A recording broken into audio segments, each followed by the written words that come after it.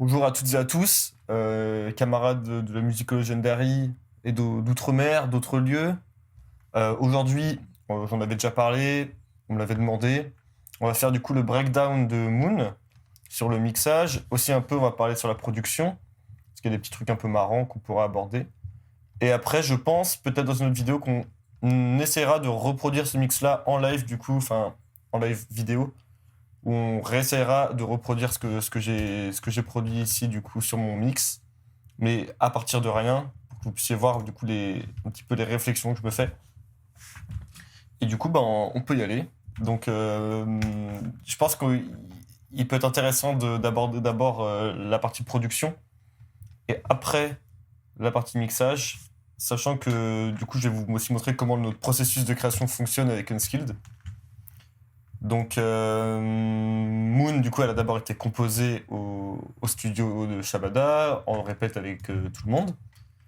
Et du coup, c'est une fois qu'on avait vraiment bien composé la musique qu'on a attaqué du coup la phase de production.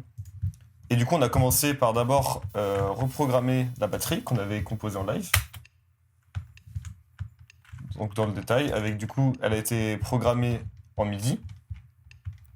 Donc, ça, vous devez être familier avec le MIDI. Avec le logiciel Addictive Drum, qui est un plugin super cool pour la batterie.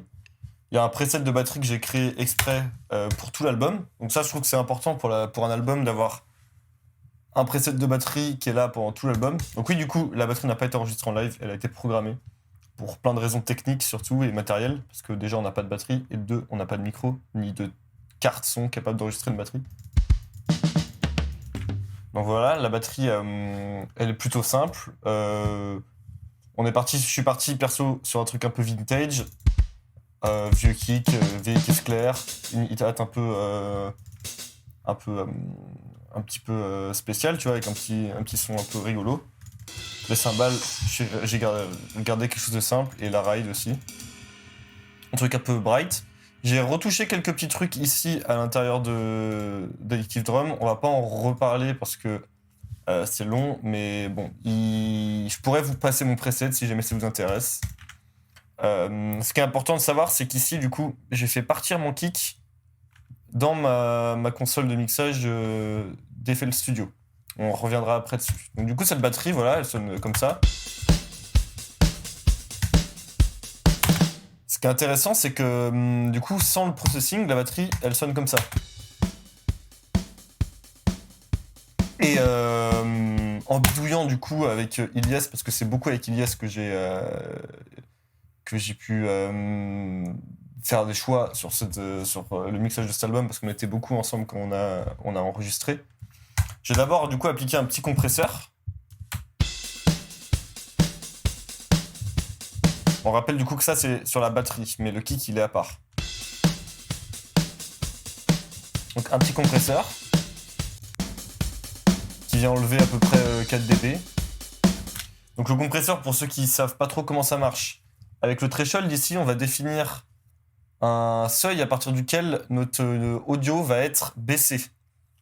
Là, je l'ai mis à moins 13 dB. Bon, c'est-à-dire que dès que le son il atteint moins 13 dB, ici sur ma barre, enfin, dès que le pic il atteint moins 13 dB, hop, tout ce qui est au-dessus, ça va être rabaissé. Ça va être rabaissé très fort, parce que là, ici, on peut régler la range, du coup. Je l'ai mis en entier.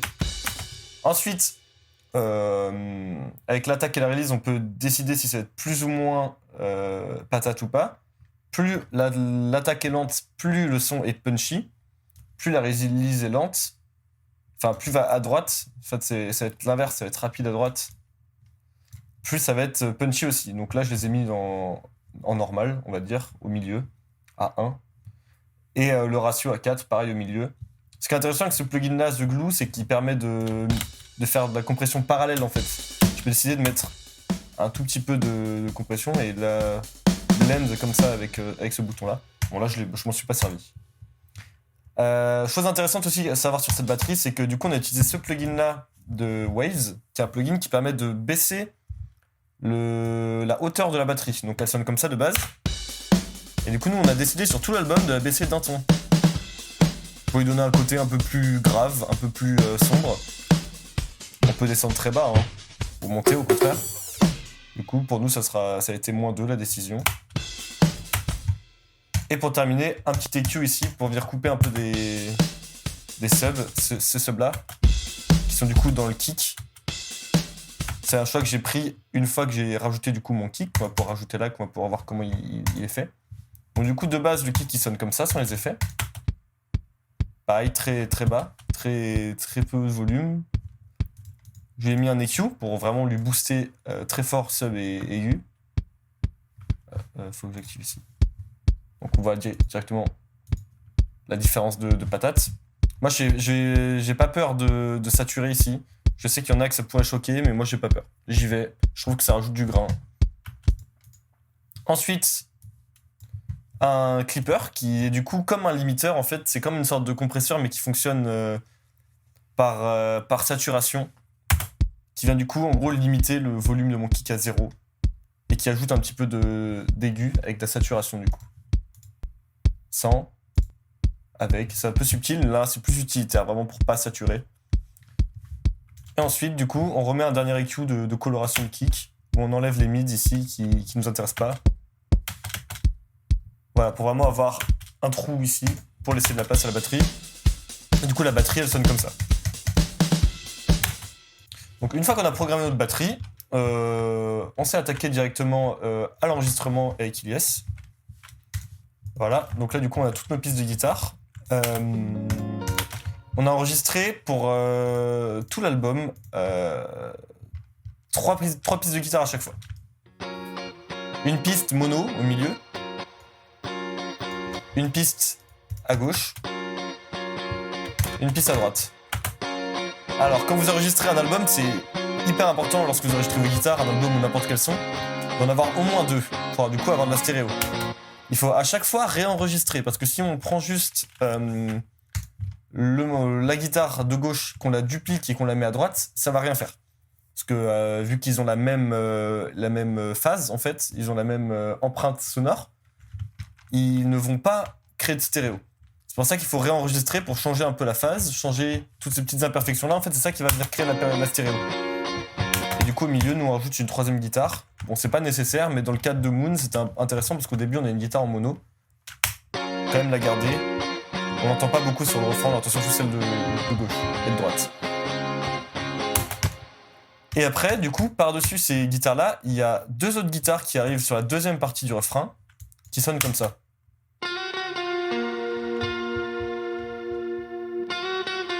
Donc ces guitares, je les ai appelées guitare shimmer. On peut les écouter en solo. Parce que dessus, on a un effet qui s'appelle Valhalla Shimmer, qui est du coup une grosse reverb qui va varier en pitch, en fait, qui va faire la reverb une octave au-dessus du son de base. Si on met la reverb à fond, on peut voir que c'est vraiment une très grande reverb, très colorée. Et du coup là, encore une fois, d'ailleurs je me suis trompé, ici c'est celle de droite, on va corriger. Et là c'est celle de gauche. Encore une fois, ici on a enregistré 2 guitares différentes, une pour la gauche, une pour la droite. Il me semble qu'Ilyes a même changé de micro pour enregistrer les 2 guitares, pour qu'on ait vraiment une impression de stéréo plus grande. Donc ça va être toutes nos guitares du coup ensemble. Donc pour la partie production, voilà. Faut pas oublier que du coup, par-dessus ça, tout le morceau Moon a été tracké à la guitare acoustique. Alors, un peu à l'arrache. On a fait qu'une seule prise, on s'est pas embêté. En stéréo, du coup, avec 2 micros. Un micro au niveau du manche. Encore une fois, je me suis trompé à droite et gauche, mais... Et un micro au niveau de la rosace, du coup. Donc du coup, toutes nos guitares, elles sont là. On va pouvoir passer maintenant du coup à la partie mixage. Donc voilà, la guitare, toute seule, elle sonne comme ça. Elle est clean. Là, c'est le bus avec toutes les reverbs du coup qui sont ici, on peut toutes les muter pour pas du coup que ça vienne, parce que la guitare est aussi envoyée un petit peu dans la reverb. En clean, du coup, elle sonne comme ça, vraiment. On l'a direct dans la carte son, on s'embête pas. C'est derrière qu'on va rajouter du coup certains effets. Donc on a notre ampli, qui est une simulation d'ampli de Cory Wong, de Neural DSP, avec du coup pareil, le même preset pour tout l'album, le preset Call Me, tout a été basé après qu'on ait en fait enregistré Call Me. Donc c'est un son qui est plutôt grave, pas trop saturé, qui est très sympa. C'est Léo qui s'en est occupé, ça. Du coup, il a fait ça comme un chef. Ce qui est intéressant, donc voilà, il s'est occupé ici, on peut régler les micros et tout, c'est très cool. Je pourrais vous le mettre aussi si vous voulez, vous devez quand même demander. Et du coup, ce qui est intéressant, c'est qu'il y a des pédales aussi du coup qui peuvent être mises sur ce plugin. Et du coup, il y a ce compresseur-là qui est responsable d'une grande partie de la tone en fait du son. Voilà. Ensuite, c'est envoyé dans une petite reverb, la reverb de base d'FL Studio. Ici, il y a un bouton qui est très important. Surtout quand il y a plusieurs choses importantes sur cette reverb qu'il faut savoir. Ici, on va couper avec le low cut. On coupe les fréquences basses parce que si on en met, on peut voir que ça vient un peu. Enfin, là, j'ai monté le mix à fond, mais en fait, elles viennent un petit peu enfin, je sais pas comment on pourrait dire, embourber le mix. Et pareil, si on met trop de stéréo, pour une guitare qui est censée être au milieu, c'est un peu le bazar. Donc ça, c'est le bouton qui gère si on est en mono ou en stéréo. Du coup, voilà, je mets à peu près vers là. Et le mix était vers là. Et ensuite, un petit EQ pour enlever les basses fréquences, pour pas que ça clash avec la basse. Aussi parce que y a rien d'intéressant dans les basses fréquences. Un petit EQ pour corriger un peu les aigus là. On enlève un petit peu dans les fréquences que je trouve désagréables. Et après, plus tard, du coup, qu'intervient, c'est un filtre. On repassera dessus. C'est un petit filtre, un petit effet qu'on pourra regarder. Du coup, pareil pour les guitares de gauche et de droite. La seule différence, c'est qu'on n'a pas l'EQ et on n'a pas la reverb, parce que du coup, tout ça après, c'est envoyé dans un bus. Et dans ce bus-là, on a encore des plugins. On a un compresseur qui vient compresser assez fort, qui est là pour rajouter de la patate, rajouter du punch, qu'on ait vraiment l'impression que les guitares, elles nous rentrent dans les oreilles. Ce compresseur, il va venir compresser pas mal. Alors, je sais plus combien de dB. 3 dB, je crois, mais il va surtout rajouter beaucoup de volume. Donc voilà. Le Quick Child, il fonctionne très bien. Ensuite, on a un EQ pour corriger la tone. Pareil, il y a un peu trop de basse, on enlève. Ça manque un peu d'aigu. Ça, c'est pour faire une automation, on peut passer derrière. Parce que sur FL Studio, tu peux pas faire d'automation de volume. Il faut passer par ce petit plugin qui s'appelle Fruity Balance, qui est dans le logiciel, mais qui est un peu nul. Voilà. Ensuite, pour terminer, ProQ.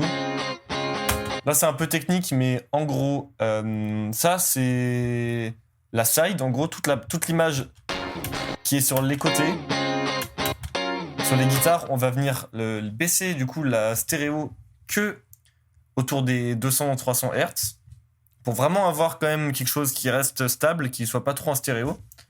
Et après, on a du coup un EQ dynamique. Donc ça, c'est pareil, c'est un peu technique, mais en gros, quand cette fréquence ici, elle apparaît sur le spectre, elle est baissée un peu automatiquement, entre guillemets. Parce que du coup, elle était un petit peu désagréable. Voilà, donc ça c'est pour les guitares. Ensuite, pour les shimmers, c'est la même chose que la première guitare là. Donc le preset de guitare. Un peu plus de reverb cette fois, mais complètement en mono. Les shimmers, elles sont là. Et après, du coup, le shimmer ici.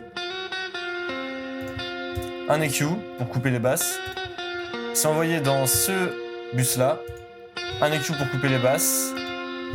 Un plugin qui est pas actif, qui s'appelle Portal. Un autre EQ pour couper un peu des mids, low mid. Et on met tout ça à fond sur la stéréo. Comme ça nous donne du coup les guitares bien en stéréo. Et la reverb pas trop non plus en stéréo pour pas embourber le tout. Voilà. Donc du coup pour nos guitares ça donne ça.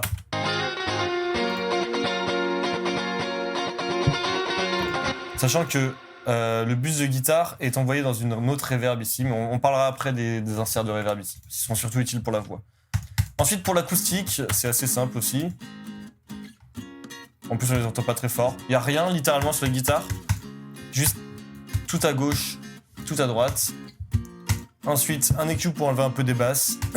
Et ce compresseur-là qui vient venir compresser à moins 7 dB, donc moins 7, moins 10 même, qui vient compresser très fort, pour que nos guitares elles soient bien en bloc. Et du coup, voilà, ça fit bien, ça nous permet d'ajouter un peu de texture quand même à ce morceau. C'est ça qui manque, un peu d'organisme, surtout quand on travaille en MAO et qu'on n'a pas de vrais amplis et tout.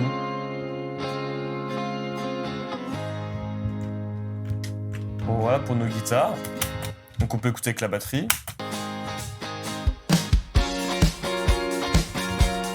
On a quand même le gros du morceau qui est là, quoi.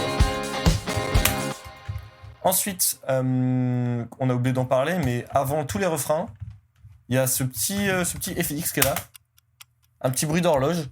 Pareil, je trouve que ça rajoute un peu de matière, de texture un peu amusante au son. D'ailleurs, il y avait un petit glitch. J'espère que c'est pas sur l'enregistrement final. Avec les guitares, ça vient, voilà, rajouter ce côté de temps un peu très, très rythmé. J'aime beaucoup aussi, voilà, c'est l'évocation du temps un petit peu, c'est cool. Genre, je le mets beaucoup dans mes musiques. Ensuite, on a la partie de Valérian. Donc la basse, il me semble qu'il se passe des trucs un peu intéressants dessus. Voilà, pareil, elle a été enregistrée à la carte son.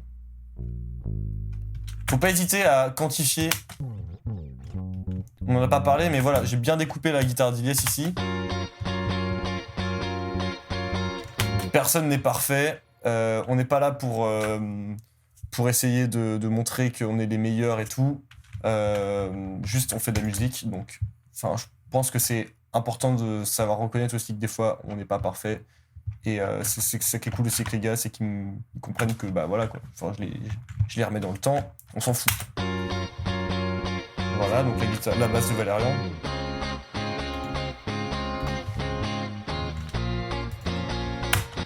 Alors oui, j'aurais dû mettre des petits fading comme ça, mais à l'époque, il n'y avait pas ça sur FL Studio et j'avais vraiment la flemme. Donc, je n'en voulais pas, pour les plus puristes d'entre vous. Ensuite, on a ce plugin sur la basse, CLA Bass, qui va venir du coup faire plusieurs choses. On va commencer par la gauche. À gauche, il rajoute du chorus. Pour mettre la basse en stéréo un petit peu. Encore la distorsion.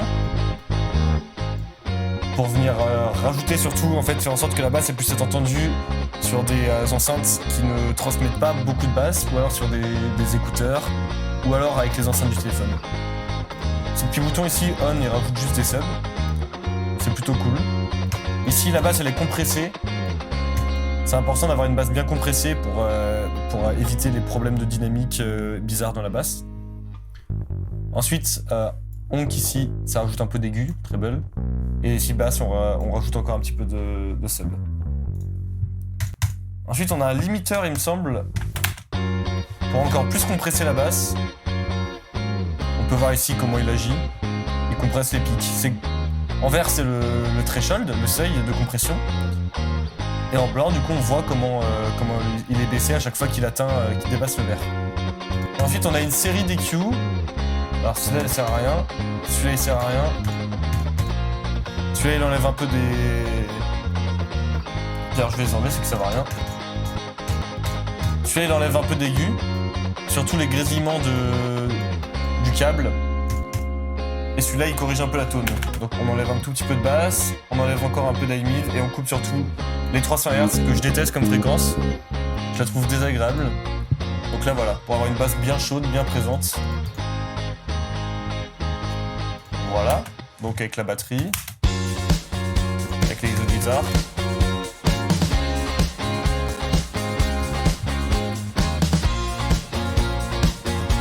Ici, on a un volume qui est raisonnable. On essaye quand même d'avoir un volume de basse un peu moins fort que le volume de guitare.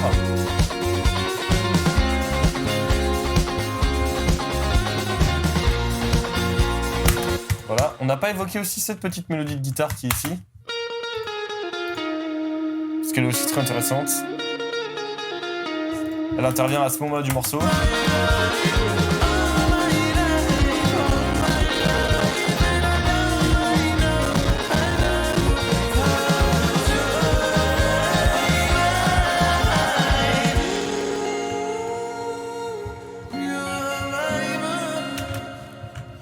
Donc, du coup, cette guitare-là, elle a été mixée toujours avec le même ampli, le Colmy, l'ampli de Archetype Cory Wong de Neural DSP.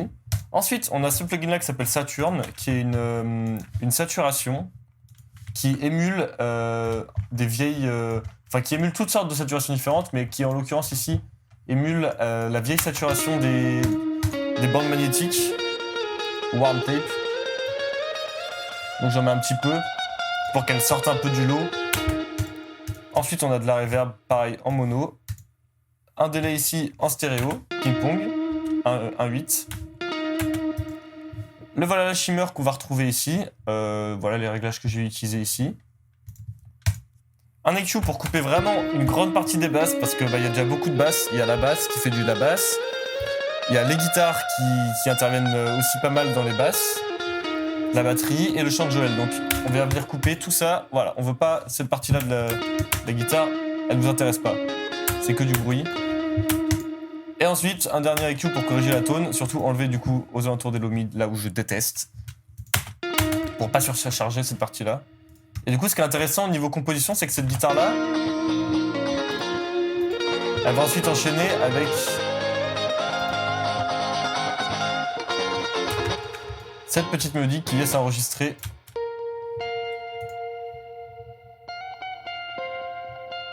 toujours sur la top mélo. L'enregistrer avec l'ongle en fait pour avoir vraiment un truc très doux. Donc voilà pour cette guitare là que j'avais pas évoqué. Ensuite on a le chant. Alors du coup tout ce qu'on a ici c'est les prises telles qu'elles étaient quand on a enregistré. Je les ai pas gardées parce que c'était beaucoup le bazar. Donc je les ai mises ici, je les ai toutes mutées. Et ici, du coup, je les ai reconsolidées après avoir appliqué de l'autotune un petit peu. Donc, hop. Donc là, on peut écouter Joël complètement a cappella.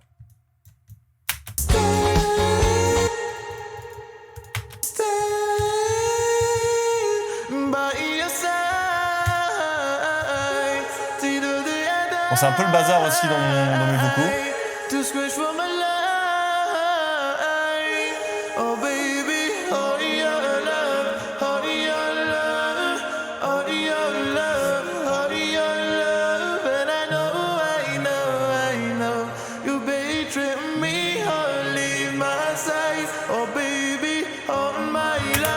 Donc voilà.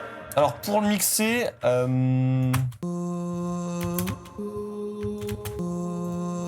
j'ai une chaîne que j'ai répétée partout littéralement. Elle est très simple. C'est ma chaîne pour Joël. Je l'ai enregistrée comme étant la chaîne pour Joël. On commence par un compresseur. Je vais tout muter pour que vous puissiez bien entendre. Et les reverbs aussi. Donc un compresseur pour... Hop. Ça compresse que très peu là parce que le threshold est là. Mais c'était un peu le compresseur de sécurité. Vraiment on applique un minimum ici. Ensuite, Sibilance, c'est un de-esseur qui vient enlever tous les... Bon, Joël, il a une qualité qui est qu'il ne pas beaucoup. Du coup, là, on peut voir en vert à chaque fois que c'est activé, ça s'active que très peu. Donc, c'est pratique. Premier EQ ici. Donc, cette courbe-là, elle va être retrouvée dans beaucoup de vocaux.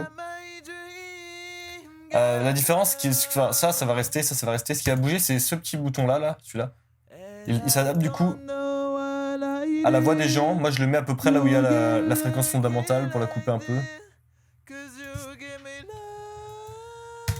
Ensuite, CLI2A, ça c'est le compresseur qui va être le plus important. Écoutez la différence entre avant et maintenant.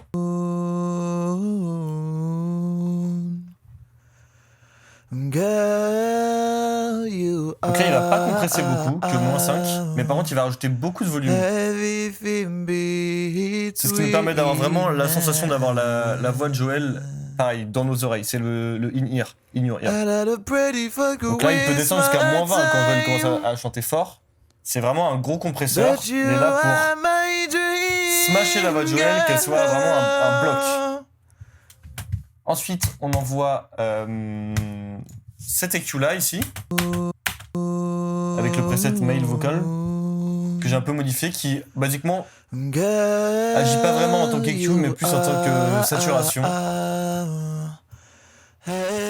Voilà, il rajoute un petit peu de saturation ici, pour avoir un côté un peu plus chaleureux. Ensuite, ce plugin Sooth, c'est un plugin qui va littéralement juste récolter toutes les fréquences désagréables d'un instrument ou d'une voix. Donc là, on peut écouter juste les fréquences désagréables. Et il les coupe. Ensuite, on a un EQ pour corriger la tone de la voix. Bon, c'est léger, mais ça fait le taf. Une petite reverb, celle-là, mon preset préféré. Ça rajoute juste un tout petit peu d'espace. Donc voilà, ce qui est important à retenir ici sur ce preset, si vous n'avez pas ce plugin-là, c'est un petit cut ici à 300 Hz. Decay à 1, size à peu près à 70. On touche pas trop ici, c'est pas important, juste decay, size, le cut ici. Et on met le mix à peu près un peu moins d'un quart. Ensuite, une petite reverb un peu plus longue. Si on la met à fond.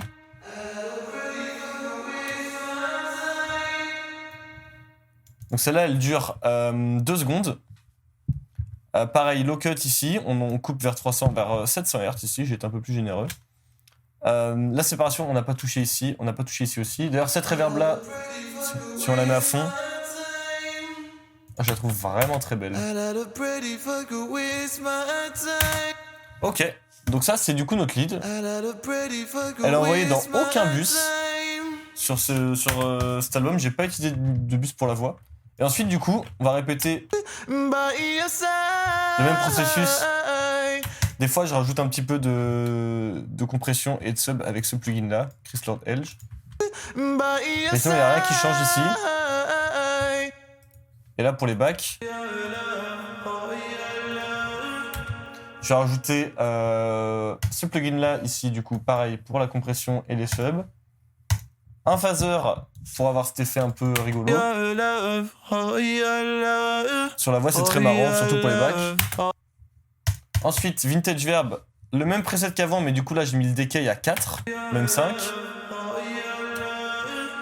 Et le plugin Shaperbox ici qui va nous permettre de faire passer notre voix de droite à gauche.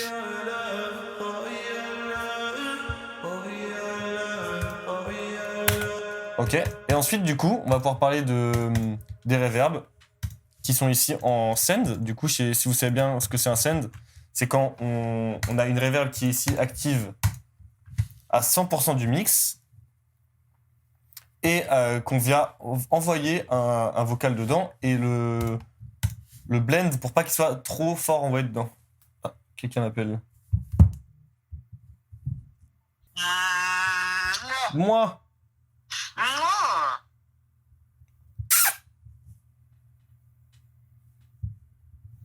Ok.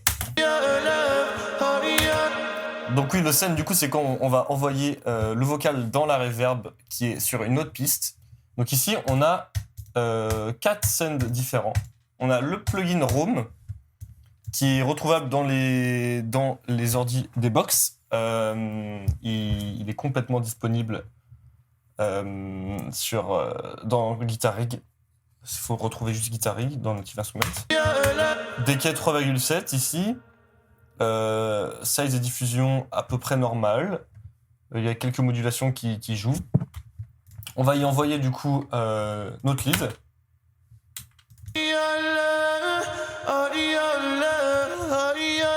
Donc elle sonne comme ça, c'est très reverb. C'est une reverb qui va beaucoup colorer Moon parce qu'on va aussi envoyer la guitare dedans.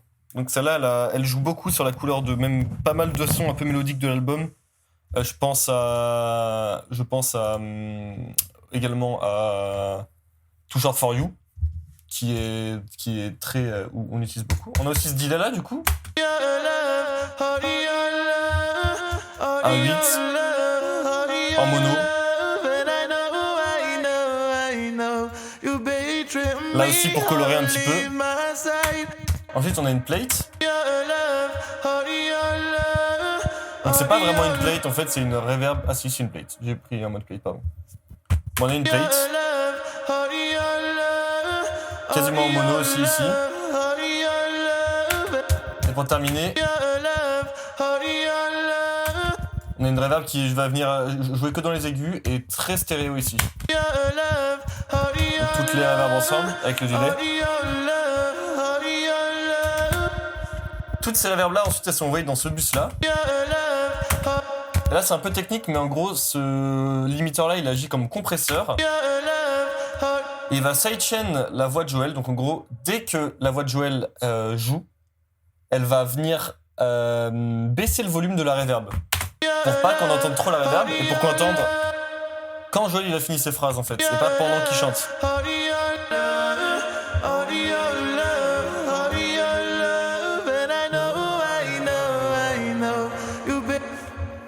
Donc voilà.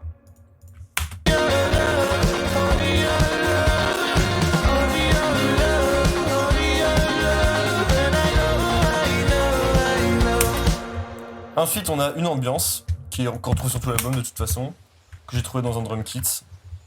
Voilà, j'ai pas été très original là-dessus. Et là, du coup, c'est sur le master, on n'a rien de très intéressant. Ça, c'est du coup des trucs qui permettent de corriger la guitare. On a ce maximiseur là ici qui nous permet de pas dépasser 0 dB.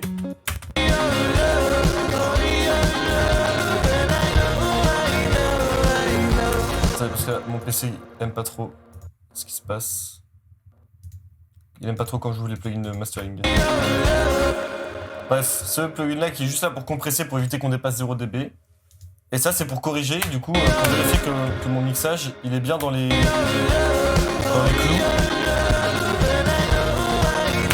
Ça c'est une courbe du coup qui correspond à la moyenne des sons de pop. Et du coup on peut voir que mon mix il est dans cette courbe là, donc c'est à dire qu'il sonne plutôt bien normalement. Ensuite c'est à dire que j'ai plus qu'à baisser le volume et l'envoyer au mastering.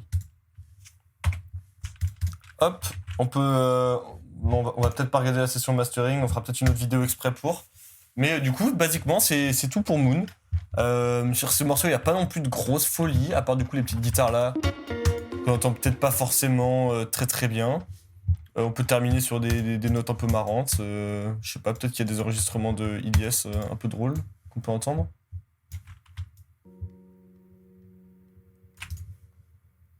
Peut-être qu'à la fin des guitares ici, on nous entend parler.